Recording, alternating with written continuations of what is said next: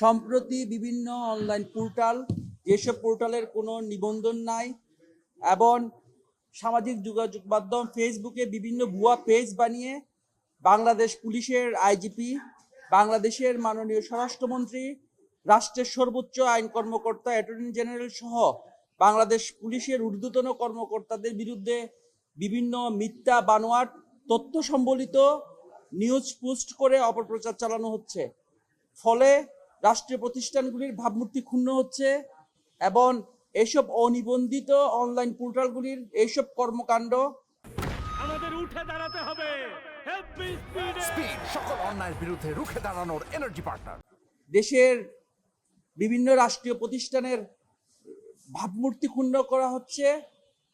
এগুলি আমরা যতটুকু জেনেছি এগুলি ষড়যন্ত্রমূলক এবং একটি কুচক্রী মহল এইসব নিউজ বিভিন্ন অনিবন্ধিত অনলাইনের মাধ্যমে এগুলি ছড়াচ্ছে, যা জনমনে বিভ্রান্তির সৃষ্টি হচ্ছে। তাই আমরা অনিবন্ধিত সকল পোর্টাল বন্ধ এবং বিভিন্ন গুজব সৃষ্টিকারী এবং অপপ্রচার সৃষ্টিকারী এইসব ফেসবুক পেজের অ্যাডমিনদের বিরুদ্ধে ব্যবস্থা নেওয়ার জন্য মহামান্য হাইকোর্টের নিকট আমরা একটি রিট পিটিশন দাখিল করেছি।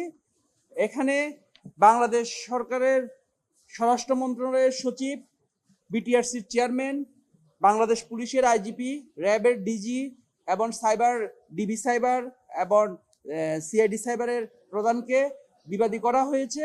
আমরা অনতিবিলম্বে রিটটি মহামান্য হাইকোর্টে উপস্থাপন করা হবে এবং রিটটি হিয়ারিং করা হবে।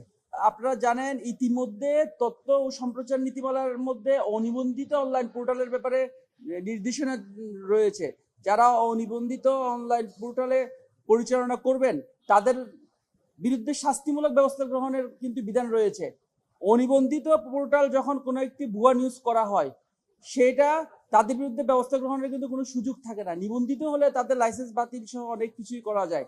অনিবন্ধিত অনলাইন পোর্টাল চালানো একটা ফৌজদারি অপরাধ এবং অনিবন্ধিত অনলাইন পোর্টালের মাধ্যমে যদি কোনো গুজব ছড়ানো হয় তাহলে তাদের বিরুদ্ধে আইনগত ব্যবস্থা গ্রহণের কোনো সুযোগ থাকে না। সরকার যদি একটা গাইডলাইন দেয়, হাইকোর্টের মাধ্যমে যদি একটা নির্দেশনা আসে, তাহলে আইন শৃঙ্খলা বাহিনী এসব অনলাইন পোর্টালে যেসব গুজব ছড়ানো হচ্ছে তাদেরকে আইনের আওতায় আনতে তাদের জন্য সুবিধা হবে। বিটিআরসি যদি চায় সেসব অনলাইন পোর্টালে যেসব কন্টেন্ট ছড়ানো হয় সেগুলি বাংলাদেশের সীমানায় যেন দেখা না যায় সেই ধরনের তারা ব্যবস্থা করতে পারে।